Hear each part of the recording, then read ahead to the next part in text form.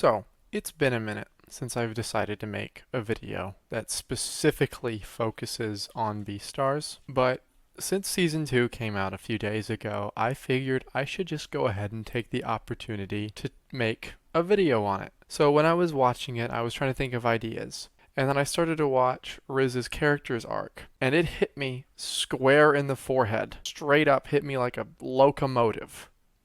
And what I saw in Riz's villain arc was something that I have only ever seen once in literature, and it was in a novelette, which I will be doing a review of in the future in this bigger project that I've advertised, called Death in Venice by a Thomas Mann that I read in literature class. And boy howdy, I don't know if Mrs. Itagaki did this intentionally or not, but Riz's character arc is pretty much identical to the main character, von Aschenbach, in Death in Venice. So, in order for this to make sense, I'm going to kind of have to give a synopsis, basically, of Death in Venice by Mr. Thomas Mann, in order for you guys to understand what I mean regarding the shared similarities, which I believe are completely coincidental, but I just wanted to point this out because I found it absolutely amazing that these things were so close together. So basically, Death in Venice is about this German author named von Aschenbach, and he has this midlife crisis where he doesn't know what the heck he wants to do. So he says, you know what? I'm going to go to Venice and just enjoy myself. And when he gets to Venice and he's all settled in his hotel, he's at the beach, right? And he sees this little boy, and he starts to stalk this kid at the beach very subtly, very quietly. He listens to figure out what this kid's name is. He doesn't speak his language.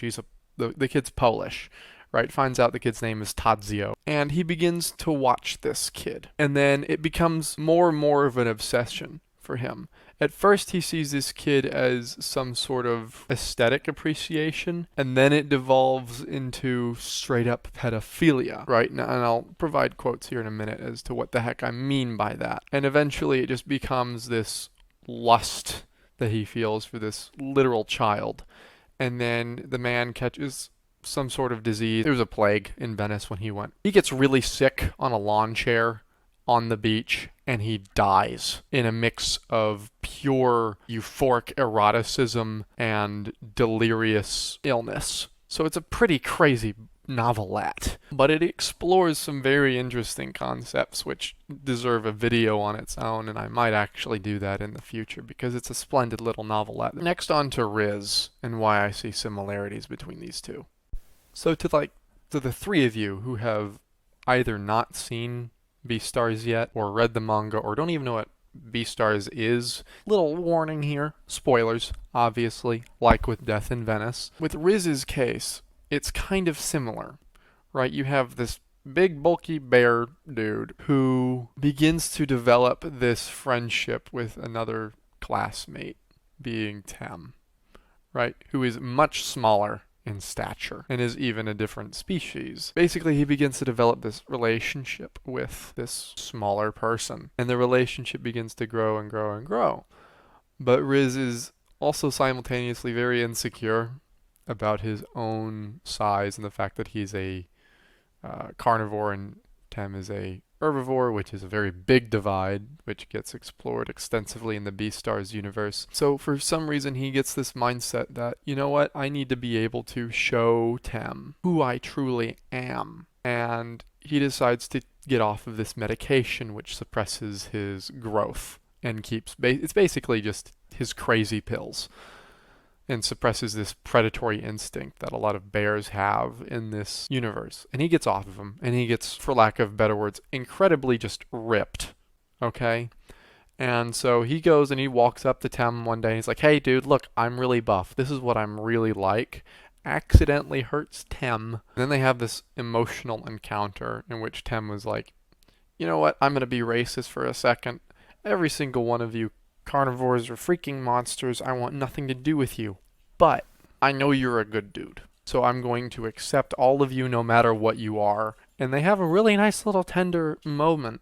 And then Riz is caught up in that euphoria, snaps, kills, and then, like how Aschenbach dies in senseless delusion, Riz kills and literally eats most of Tem in a lecture hall, kicking off the entire events of the Beastars story.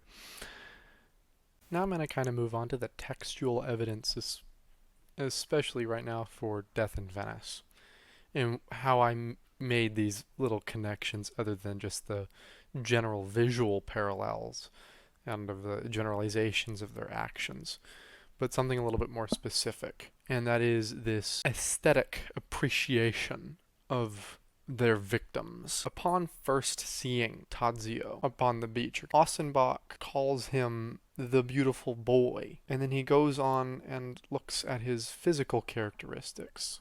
Aschenbach later compares Tadzio to a delicate god who was just now coming from the depths of the sky and sea, arising and escaping from the watery element as he went up onto the beach. And he even says that it was like a poetic message telling of primordial times, the origin of form and the birth of the gods. He even describes the Tadzio's frame as lovely and as acrid as new wine in its foretaste of masculinity. So obviously at first, what Aschenbach is trying to get across is, oh, I'm having just this aesthetic appreciation of this boy, who I see as this embodiment of pure beauty, that he is the representative of beauty.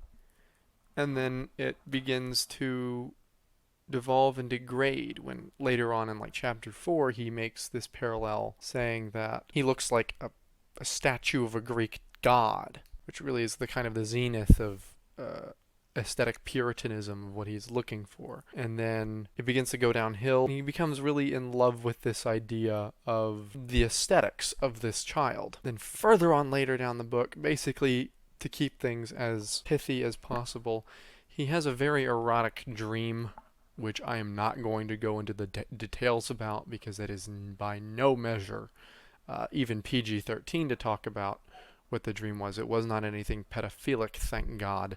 But with that dream, there was a realization that it was this lustful attraction that he felt towards a child. It's at that point that Aschenbach goes full off his rocker, stalker mode on this Polish boy before dying. Lastly is Riz. Now the thing about Riz is that he kind of undergoes this same idea, right? He begins to approach Tem more often. He begins to talk with Tem a lot more often. And then he gets this idea in his head that if I truly want to be friends with him, I have to show him the real me. Now, in my opinion, this is my opinion, Riz kind of shares in this concept of, I like the idea of being friends with you more so than the actual friendship part, because of how much Riz fantasizes over Tem's friendship and obsesses over it. He really likes the idea of the friendship. The only difference between Aschenbach and Riz is that Riz decided to act upon this fantasy of his, whereas Aschenbach just kind of quite literally sat back and allowed it to ruin himself. The aesthetic element comes in after Riz has killed, and it's in this really macabre setting in which Riz is narrating to the audience about Tem's texture and flavor and the feeling of his freshly killed corpse in his mouth as he's devouring it. And it's kind of showing this element of, I had an appreciation not for the person, but more or less the vessel of that person. So Riz was, to a large degree, motivated and compelled to commit his actions because of this initially aesthetic idea of friendship that he had with Tem.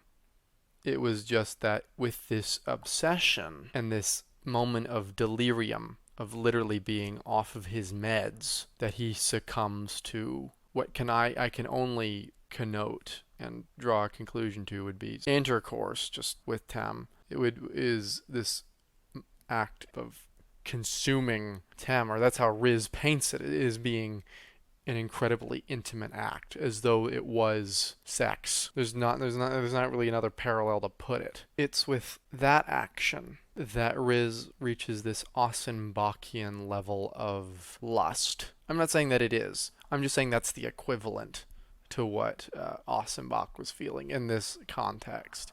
That he would commit this act of degeneracy out of his obsession for this person. So that's where I'm getting at with the aesthetic element of it all. Riz has an obsessive level of aesthetic appreciation for this person, Tem, which gets expressed in a horrific act of degeneracy, which is exactly what we see with Aschenbach, but instead this idealistic, euphoric death that he experiences on his end. So ultimately what you see is this really weird way to just realize, in my opinion, one's sexuality, right? At the end of it all, I believe that Aschenbach and Riz definitely had, they definitely swung their the same way on home plate, if you get my drift, right?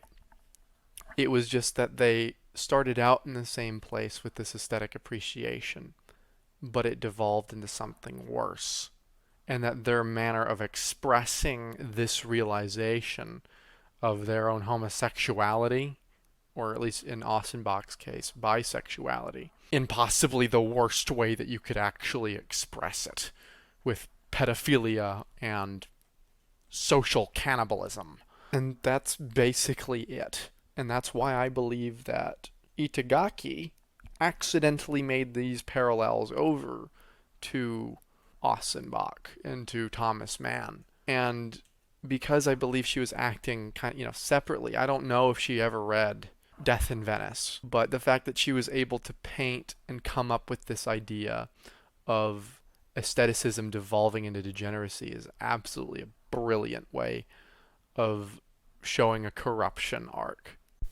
Thank you everybody for watching. If you like this video, please give it a nice little thumbs up, share it around, show people my channel. If you want to see more content like this in the future, please consider subscribing. I've seen some very significant growth these past few days with my little Walton's file video. I'm very grateful for all the attention that video's been getting, and I enjoy doing content like this. So yeah, thank you all, and I will see you next time.